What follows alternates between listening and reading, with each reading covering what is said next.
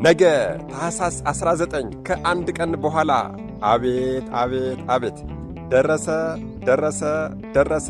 እንኳን አደረሳችሁ። በእውነት የምንባረክበትና የምንቀደስበት ትልቅ በረከትን የምናገኝበት ገና ከሕፃነታችን ጀምሮ ፍቅሩን እንደ ምግብ እያበላ እንደ ውሃ እያጠጣ ያሳደገን በቃሉ ትእዛዝ ብቻ የጠላትን አንደበት ጸጥ የሚያደርገው የምሥራች ተናጋሪ ደስታን አብሳሪ የራማው መልአክ ሊቀ መላእክት ቅዱስ ገብርኤል።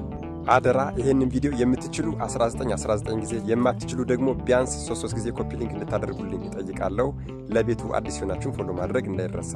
መጋቢ ሐዲስ ሊቀ መላእክት ቅዱስ ገብርኤል በሰማይ በመላእክት መካከል ጠብና ክርክር በሆነ ጊዜ በቃሉ ትእዛዝ ብቻ ተከራካሪ መላእክትን ጸጥ ያደረገ የራማው መልአክ ለዓለሙ ሁሉ ፍስሐና ደስታን የሚነግርና የሚሰብክ ይህ ቅዱስ ገብርኤል ነው። በሰይጣን ተንኰልና ማሳት ለታመሙ ሕይወትና መድኃኒት የሚሆንልን ይህ ቅዱስ ገብርኤል ነው። የነቢያትን ትንቢት የፈጸመ ይህ ቅዱስ ገብርኤል ነው። ለዓለሙ ሁሉ ለሰው ልጆች ሁሉ የደስታን ስሜት የሚያመነጭ ይህ ቅዱስ ገብርኤል ነው። ከእግዚአብሔር ዘንድ ወደ እናታችን ወደ ቅድስተ ቅዱሳን ወደ ቅድስት ድንግል ማርያም ወላዲት አምላክ እመብርሃን የእግዚአብሔር ወልድን ሰው መሆን ሊያበስራት የተላከው ይህ ቅዱስ ገብርኤል ነው።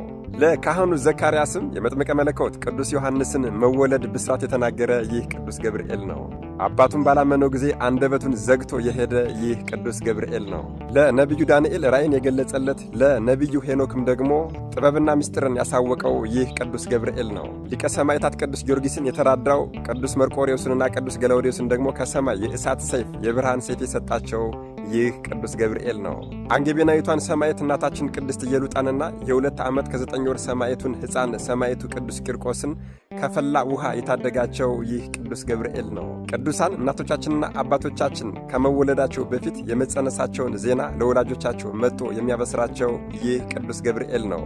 እነዚህ ቅዱሳን እናቶቻችንና አባቶቻችን ከተወለዱ በኋላም ደግሞ በሕይወት ዘመናቸው ሁሉ ተጋድሏቸውን እንዲያጸኑና በሃይማኖታቸው እንዲቆሙ የሚራዳቸው ይህ ቅዱስ ገብርኤል ነው። ለእኛ የኦርቶዶክስ ተዋሕዶ ቤተ ክርስቲያን ልጆች ደግሞ ከሰይጣን ወጥመድ እንድንድን የሚያደርገን ጠላታችንን እንደ ትቢያ እንደ አመድ የሚያበንልን ጸሎትና ልመናችንንም ሁል ጊዜም ከኃያላን ጌታ ፊት እየቀረበ የሚያሳርግልን የሚያቀርብልን በመዓልትም በሌሊትም በማንኛውም ጊዜ ምስጋናችንና ጸሎታችንን የሚያደርስልን ይህ ቅዱስ ገብርኤል ነው። የካህናትን የማዕጠንት መዓዛ በ24ቱ ካህናተ ሰማያት ማዕጠንት ላይ ወስዶ የሚያስቀምጥልን ይህ ቅዱስ ገብርኤል ነው። የሞተውን የሚያስነሳ፣ የተጨነቀውን የሚያረጋጋ፣ የታመመውን የሚፈውስ፣ የአዘነውን የሚያስደስት፣ ወገን ዘመድ ለሌለው ወገን ዘመድ የሚሆን በተሰጠው ቃል ኪዳን እኛ ኃጢአተኛና ወራዳ ልጆቹ ገና ስሙን ስንጠራ የስሙን የመጀመሪያ ፊደል ስንጀምር ከአውሎ ነፋስ ፈጥኖ የሚደርስና ጠላቶቻችንን እንደ ጢስ የሚያበንልን እንደ ትቢያ የሚበትንልን አልፈታ ያለንን የሕይወታችንን ቋጠሮ በሙሉ የሚፈታልን ሩኅሩኅና የዋሁ የራማው መልአክ ሊቀ መላእክት ቅዱስ ገብርኤል ታኅሳስ 19 ሰለስቱ ደቂቅ አናንያ አዛርያና ሚሳኤልን ከእቶን እሳት ያዳነበት ታላቅ ዓመታዊ ክብረ በዓሉ ነው።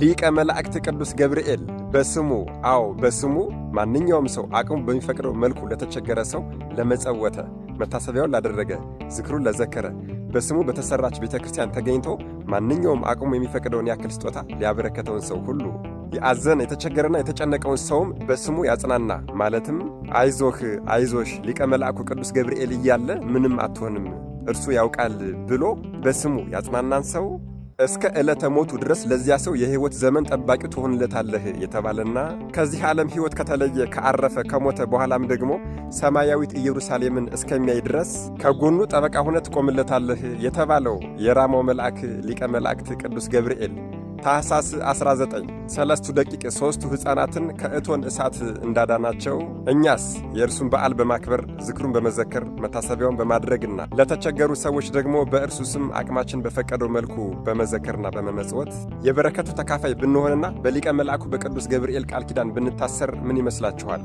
ይህንን ቪዲዮ ቀድሜ የሰራሁበት ዋናው ምክንያትም ሰዎች ለበዓሉ ቀድሞ እንዲዘጋጁና በሊቀ መልአኩ በቅዱስ ገብርኤል ቃል ኪዳን እንዲታሰሩ ከማለት ነው። የሊቀ መልአኩ የቅዱስ ገብርኤልን ዋናውን ቃል ኪዳንና የበዓሉን ዋና ዓላማ በቀጣዩ ቪዲዮ እሰራላችኋለሁ። እንግዲህ ይሄ ቪዲዮ ለሁሉም ሰው እንዲዳረስ እናንተም የበኩላችሁን ተወጡ እያልኩ መድኃኔ ዓለም ኢየሱስ ክርስቶስ ከሊቀ መላእክት ከቅዱስ ገብርኤል ረድኤት፣ በረከት፣ ምልጃ፣ ቃል ኪዳን፣ ፍቅር አይለየን። አሜን። ይቆየን።